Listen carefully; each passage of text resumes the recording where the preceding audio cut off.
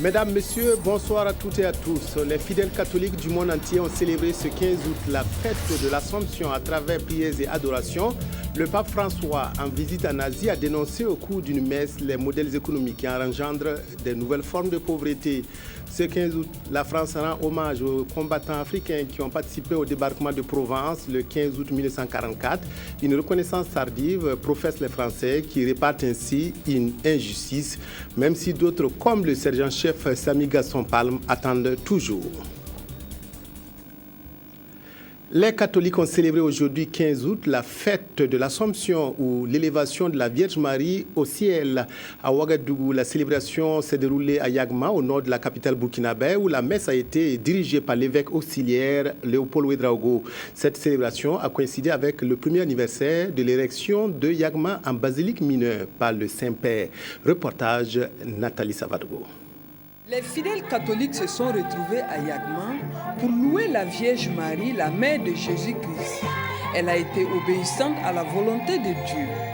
Au cours de son homélie, l'évêque auxiliaire de Ouagadougou, Léopold Ouédraogo, a exhorté les fidèles catholiques à emboîter les pas de la Vierge Marie par sa soumission à la volonté de Dieu, son humilité et son esprit de prière pour avoir pris part à la résurrection de Jésus-Christ. Marie, la mère de Jésus, a été élevée au ciel avec son corps et son âme. Il y a eu ce qu'on dit la dormition, donc elle a eu sa tombe, mais son corps n'a pas connu la putréfaction et elle a eu ce privilège de monter au ciel avec son corps et son âme. Voilà.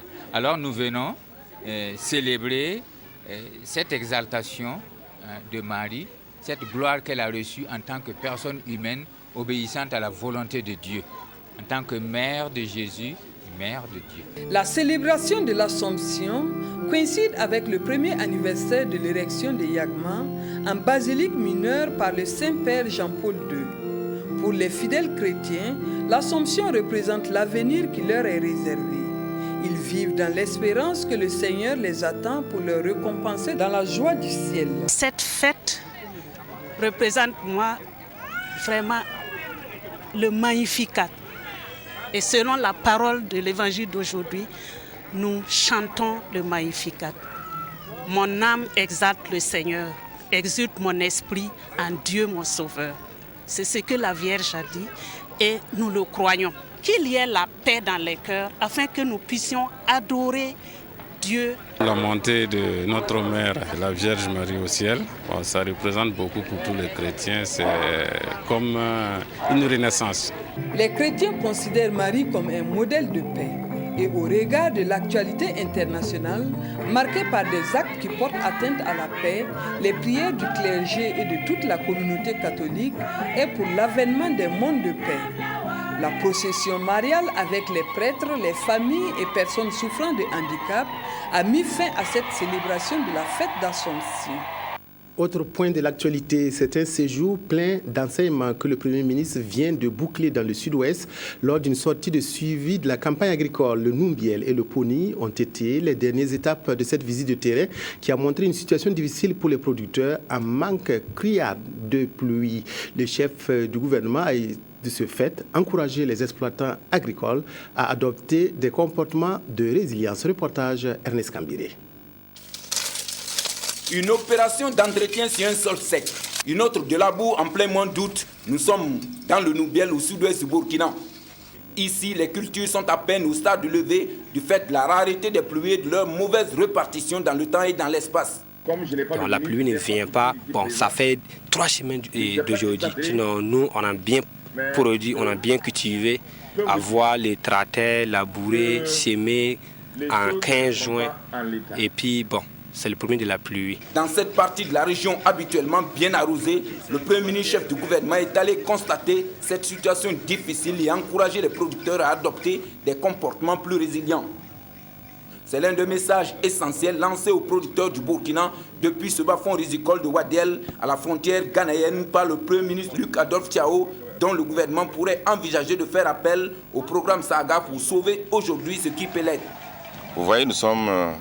Ce que vous avez en arrière-plan, c'est un grand périmètre exploité par à peu près 180 personnes, donc plus d'une centaine de femmes qui vivent en grande partie de cette production. Et s'il ne pleut pas, ça va être très difficile. Alors, à l'issue de cette visite, nous devrons prendre des dispositions. Et quoi qu'il en soit, des mesures seront prises. Mais d'ores et déjà, il faut vraiment féliciter cette population, ces exploitants. La question majeure dans cette zone, c'est le problème de l'eau. Là également, dès le mois de septembre, j'enverrai une équipe pour venir évaluer la situation. Et nous verrons, dans la mesure du possible, comment planifier pour les années à venir, et même déjà pour l'année prochaine, si nous pouvons réaliser quelque chose. Nous allons prendre la tâche tout de suite avec l'opération Sarah pour voir la faisabilité d'une opération et plusieurs opérations dans la région. Malgré cette situation quelque peu difficile, certains producteurs leaders comme Nao Domon Palinfo font des merveilles dans la culture de manioc. Grâce à une maîtrise parfaite des techniques culturelles, une diversification des cultures et une exploitation maîtrisée des bas-fonds prônée par notre politique agricole, il exploite du manioc, de l'arachide, du riz en semences améliorées. Sur toutes mes exploitations autour de ce fleuve-là, le fleuve Pony là, ça tourne autour de 150 hectares et plus, repartis sur 67 hectares de manioc et le reste je fais du maïs et du riz accompagné comme vous avez vu. C'est ce que nous souhaitons vraiment pour le Burkina Faso, qu'il y ait des entrepreneurs ici très dynamiques à l'instar de M. Palinfo, dont nous sommes venus visiter l'exploitation. Ce que j'ai pu constater, c'est que c'est le plus grand producteur, semble-t-il, en matière de manioc. Et celui qui fournit les boutures pratiquement pour une certaine variété pour pratiquement tout le pays. Dans le domaine de l'élevage, il est question aujourd'hui pour l'État burkinabé de faire en sorte que ce secteur soit compétitif, respectueux de l'environnement autour duquel s'organisent de véritables chaînes de valeur portées par des filières professionnelles tournées vers le marché. Et en visitant cette ferme avicole où Colette Kambou élève de la volaille traditionnelle, Luc Adolphe Kiao dit croire beaucoup à la contribution du secteur à l'amélioration des revenus des acteurs. C'est difficile, mais ça donne de l'argent. Voilà. J'arrive à faire mes petites dépenses. J'ai des enfants que j'ai, des orphelins que j'ai. J'arrive à assurer leur scolarité. Donc je crois que vraiment, ça me soutient.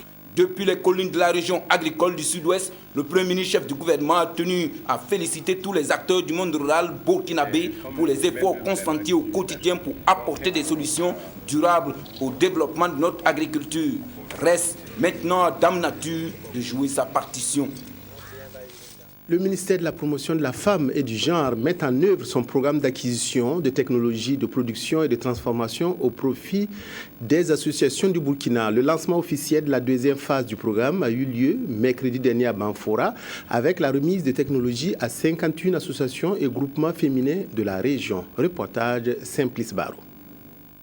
Heureuses, elles sont ces femmes des cascades qui viennent de recevoir ces paquets technologiques des mains de la ministre de la Promotion de la Femme et du Genre, composés notamment d'unités complètes de fabrication de savon, de décortiqueuses de noix de karité, de moulins et de machines à coudre. Ces paquets technologiques qui sont une des promesses du chef de l'État Blaise Compaoré aux femmes des 13 régions du Burkina viendront accroître les capacités de production de 51 associations féminines des cascades. Je voudrais vraiment inviter mes sœurs à bien utiliser en tout cas les technologies qu'on leur a données ce matin. Et pour vraiment améliorer leurs conditions de travail. Et si les conditions de travail sont améliorées, c'est sûr que leurs conditions de vie et de production seront améliorées. La mise à disposition de technologies de production et de transformation aux associations des femmes du Burkina s'inscrit dans la composante autonomisation économique de la femme du programme spécial de création d'emplois pour les jeunes et les femmes. Après une première année d'exécution qui a permis de doter en 2012 300 associations et groupements féminins, l'État a mobilisé cette fois-ci 1,5 milliard de francs CFA pour l'acquisition de technologies au profit de 1000 associations de femmes des 13 régions du pays. Nous insistons sur le bon usage parce que quand on dit technologie, ça a été fabriqué parfois très loin d'ici. Et si ce n'est pas bien entretenu, ces technologies-là risquent de tomber rapidement en panne. Et elles ne pourront pas donc tirer le bénéfice qu'elles espéraient. La deuxième chose, c'est qu'en matière de gestion au niveau des groupements, il arrive parfois que certaines personnes s'approprient les équipements des groupes soit parce qu'elles sont des leaders ou elles sont dans des positions de pouvoir garder ces technologies pour elles-mêmes. Et ça fait que certaines des membres se retrouvent donc comme des ouvrières, elles travaillent mais elles n'ont pas le bénéfice. Donc nous les exhortons à travailler de manière juste et équitable. Afin de permettre à d'autres groupements féminins d'acquérir des technologies de production et de transformation, la ministre Nestorine Sangaré a insisté auprès des bénéficiaires du bon usage du matériel et surtout le remboursement des crédits alloués pour l'obtention de ces paquets technologiques. Au moment où les hommages sont rendus aux anciens combattants des deux grandes guerres, il y a encore ces combattants qui ont pris part à la guerre d'Indochine et d'Algérie dans l'armée coloniale française et qui attendent toujours la même reconnaissance. Au nom de ceux-ci, le sergent-chef Samy Gaston Palme, portrait avec Draman Dadjian Agawa. À la retraite, il y a maintenant 53 ans, le sergent-chef Samy Gaston Palme se souvient encore de la guerre d'Indochine comme si c'était hier. À l'Indochine, pas souvenir, mais avec la souffrance, oui. Pas souvenir, on souffrait seulement. On avait la guerre, on faisait la patrouille, on faisait tout, on souffrait. Ceux qu'on attend, ils sont élevés, ceux qu'on voit, ils sont élevés là-bas. Né vers 1927, ce fils de la commune de Dolo a été incorporé dans l'armée coloniale française en 1946. Son parcours. Le 11 janvier 1946, je suis rentré dans l'armée. Et j'ai fait la Côte d'Ivoire, comme on écrit. Après, nous sommes partis à la guerre de l'Indochine. En 51, je suis nommé caporal-chef. On m'a appelé encore pour partir à la guerre de l'Indochine. Je suis parti. Et là, j'ai fait études. On m'a affecté à la transmission, où j'ai plein de morts. De là-bas, je suis parti au peloton où je suis nommé sergent. Je suis revenu au corps, alors je suis encore rapporté en 1957 comme sergent. Je suis été au corps à la 3e compagnie où je vivais. On m'a rappelé encore pour partir à la Mauritanie. Deuxième compagnie fusée voltilaire. Je suis parti là-bas. Alors, c'est là que j'ai le 11 janvier 1961 que j'ai pris ma retraite. Jusqu'à présent, je vis ici à Dolo. Il n'y avait pas une cour à Dolo ici où il n'y avait pas minimum un ancien combattant. C'est 2 ou 4 ou 5 dans la même cour. Bon, malheureusement, il y a l'âge et puis Dieu aussi a pris beaucoup. Faire carrière dans l'armée est presque une tradition ici à Dolo, comme le dit bien l'adage, tel père, tel fils. C'est mon grand-père. Il a fait l'armée. Il a fait l'armée où? À Indochine. Je vais devenir comme mon grand-père. Non, aussi nos papas étaient des anciens combattants. Donc, ce que nos papas nous ont appris, c'est là-bas qu'on peut avoir l'amour. Sinon, en tout cas, jusqu'à présent, il y a beaucoup de militaires, des enfants de Dolo qui sont dans l'armée actuellement. Il y a beaucoup qui sont dans la gendarmerie, il y a d'autres qui ont déjà pris la retraite. Il y a le sergent Kam ici. Lui, c'est un militaire aussi, il a pris sa retraite. Il y a mon oncle qui est là. Tamsier. Lui aussi, c'est un militaire à la retraite. Bon, donc, vous voyez. Après des années de service bien accomplis, la majorité des fils de Dolo ont coutume de se retrancher au village pour le restant de leurs vieux jours. Et le sergent-chef Samy Gaston Palme, élément des troupes françaises issues des anciennes colonies, est de ceux-là qui pensent que l'Afrique mérite beaucoup plus la reconnaissance de la France. Ce sont les Français même qui vont savoir si notre souffrance est méritant d'augmenter, parce qu'on ne peut pas les réclamer. Et ils connaissent même ce qu'on a fait pour eux. Incorporé dans l'armée coloniale française à 19 ans, après 15 ans de service, le sergent-chef Samy Gaston Palme est admis à la retraite à 34 ans. Et depuis 53 ans, il attend toujours la revalorisation de sa pension. Longue attente pour lui et tous les autres combattants africains qui ont participé à la libération de la France, surtout la Provence où le débarquement a laissé sur les carreaux plus de 400 Africains. Ce 15 août 2014, 70 ans après le débarquement de Provence, la France rend hommage aux soldats africains. L'électricité est désormais disponible à tout moment dans la commune de Ouarghaï. Après d'intenses travaux d'interconnexion au réseau Sonabel, le chef-lieu du Koulpéo reçoit du jus en permanence, ce qui va donner un second souffle aux activités socio-économiques des populations. Reportage Issa Ildever Bébadé. C'est désormais officiel. La population de la ville de Ouarghaï a maintenant de l'électricité en 24 heures sur 24. Des travaux réalisés ont permis de raccorder au mois de mai dernier la commune au réseau de la Sonabel. Le chef de l'État a fait donc du problème de l'électricité son leitmotiv. C'est devenu aujourd'hui une exigence. Quand on parle de développement, il faut d'abord maîtriser le facteur énergie. Et je pense qu'avec le raccordement de Ouarghaï au réseau national, les activités vont reprendre, l'administration va travailler, les activités économiques vont fonctionner. A noter qu'avant l'arrivée de la Sonabel dans la localité, la ville de Ouarghaï était alimentée par la coopérative d'électricité à raison de 8 heures par jour. La Sonabel venant à Ouarghaï nous apporte du bonheur, de la réussite, du succès et du bon travail. Un enfant pour un Koulpéo compétent. Nos enfants, nos élèves pourront aisément étudier les nuits. Au niveau de la santé, les soins de santé qui s'opèrent dans la nuit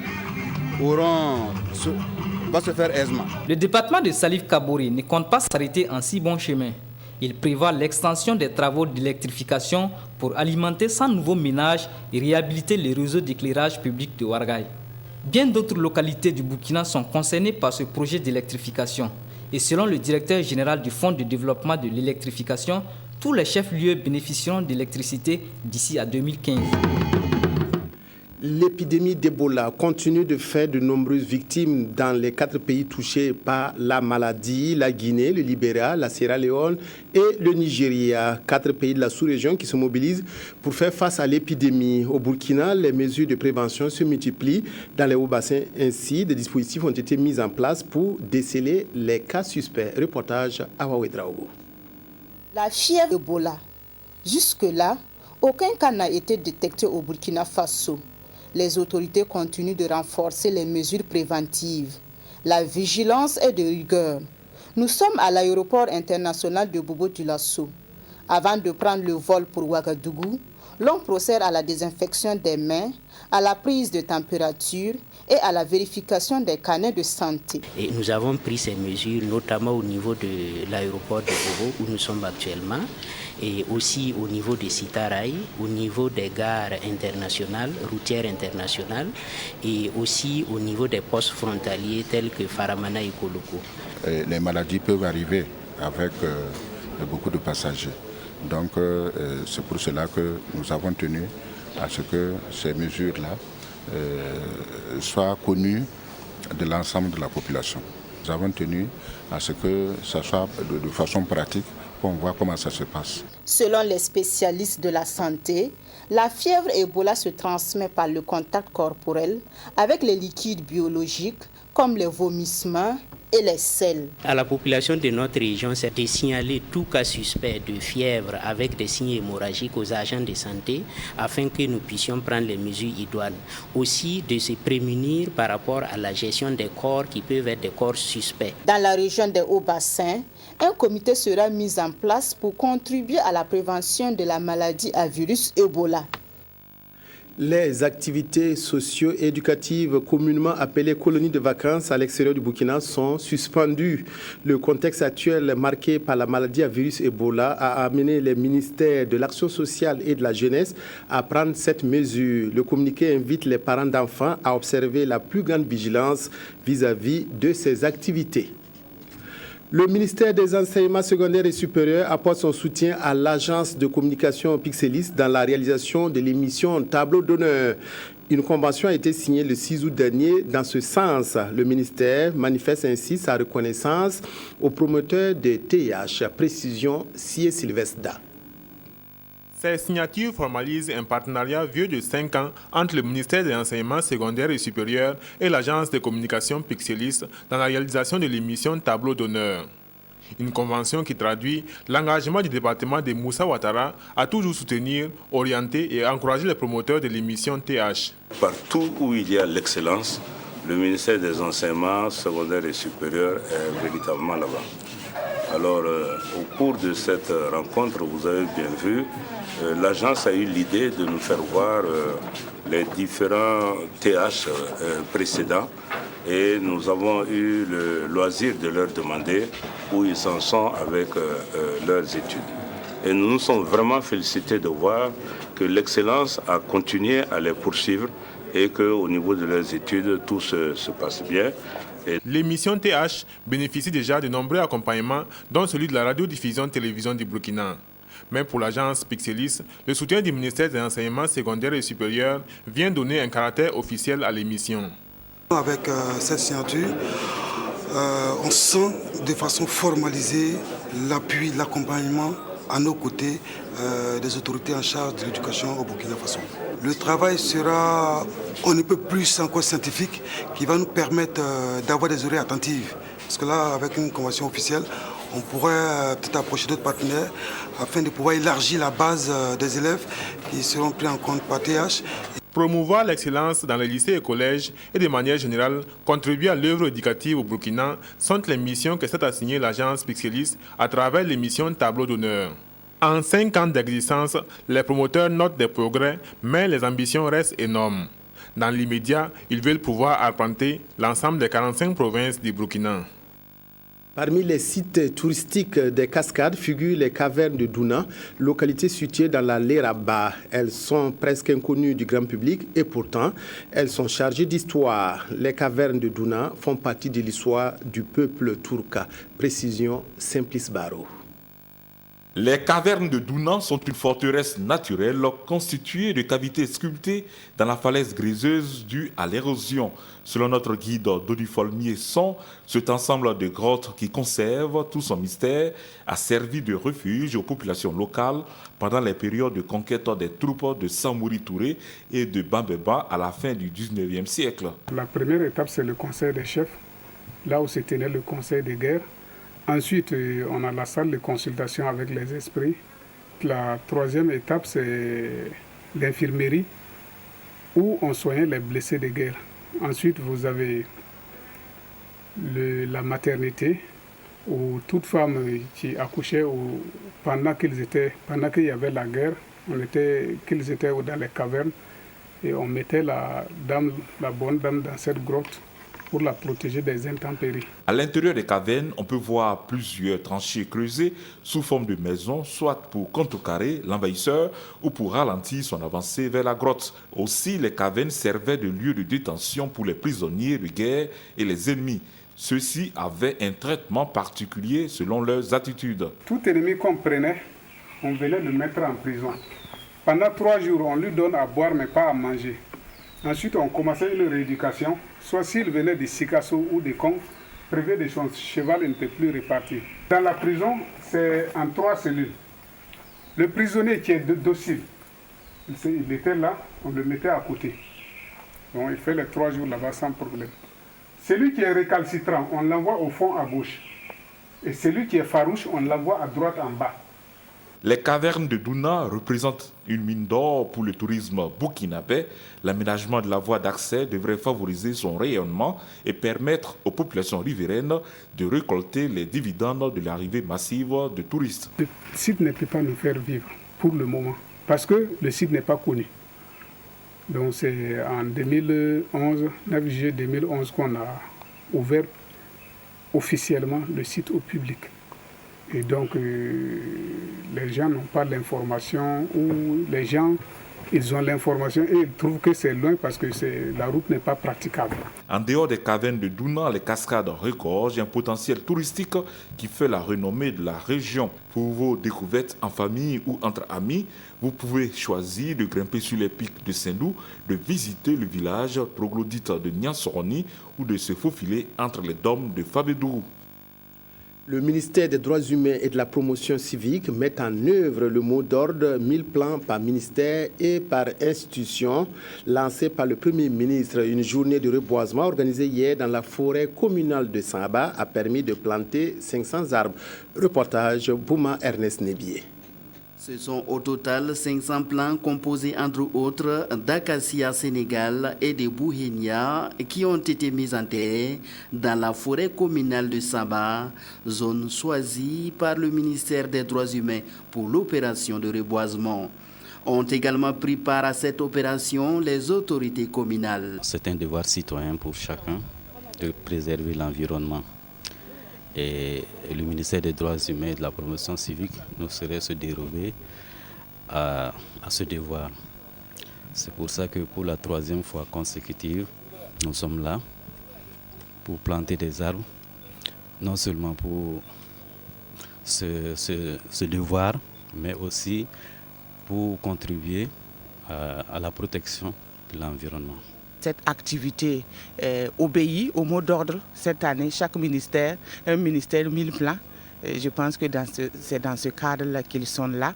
Et la commune aussi est là pour les accompagner. Les femmes de l'association Yolgemde du Burkina qui font de la lutte contre l'insalubrité et la désertification au Burkina leur cheval de bataille était également de la partie. Après l'opération, l'engagement a été pris sur place par les organisateurs pour un bon entretien de ces plans.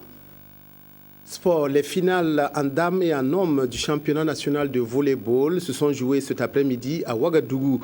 Elles ont opposé chez les dames Laza à l'AS Sonabel et l'USFA à l'AS Douane chez les hommes. En attendant de revenir sur les résultats de ces deux confrontations, Dabakini nous dit comment les finalistes ont obtenu leur ticket. USFA S Douane en homme et ASA S Sonabel en dame, ce sont les affiches des finales du championnat national de volleyball qui se disputent cet après-midi au Palais des Sports de Ouaga 2000. L'équipe militaire, après sa victoire sur l'ISCO de Banfora, s'est ensuite imposée face à l'étoile filante de Ouagadougou 3-7 à 1. Le champion sortant, l'USFA, n'a pas tellement souffert pour venir à bout de l'équipe stéliste, rajeunie à 80%. On a mal commencé le match. Une fois après le premier set, on était obligé de reprendre la main et puis terminer assez difficilement. Notre adversaire, c'est l'AS Douane, qu'on connaît déjà, puisqu'on s'est croisé plusieurs fois en championnat. Bon, en tout cas, on va jouer notre partie aussi. Et on espère que le meilleur va gagner. Et le meilleur, ce sera nous. Mon équipe a été remandée à près de 80%, tous des jeunes. Pour cela, on était au sommet depuis longtemps. Je pense que c'était le moment de remplacer les anciens par les anciens qui sont partis par des jeunes joueurs, leur donner la chance de jouer. Et donc la place me satisfait beaucoup. L'AS Douane qui prenait le meilleur sur l'AS Sonapost 3-7 à 1. Après un 3-0 infligé à Griffin Bobo Dioulasso, a également obtenu son ticket pour la finale. En dame, l'AS Sonabel a pris le meilleur sur Laza 3-7 à 1. Les deux équipes se qualifient au détriment de l'USFRAN de Bobo et de l'AS Académie de Waïbouya. On aura donc à partir de 15h30 en dame ASA S Sonabel et à 17h USFA S Douane en homme. Justement, le verdict des finales vient de nous parvenir. En dame, Laza se succède à elle-même en battant difficilement l'AS Sonabel par 3-7 à 2. L'AS Douane détrône l'USFA chez les hommes en s'imposant largement par 3-7 à 0. Résultat communiqué par Dabakini qui reviendra certainement au cours de nos prochaines éditions sur ces finales en volleyball. C'est ainsi que s'achève cette édition. Merci de l'avoir suivi sous la pluie. Excellente soirée en compagnie de la RTV.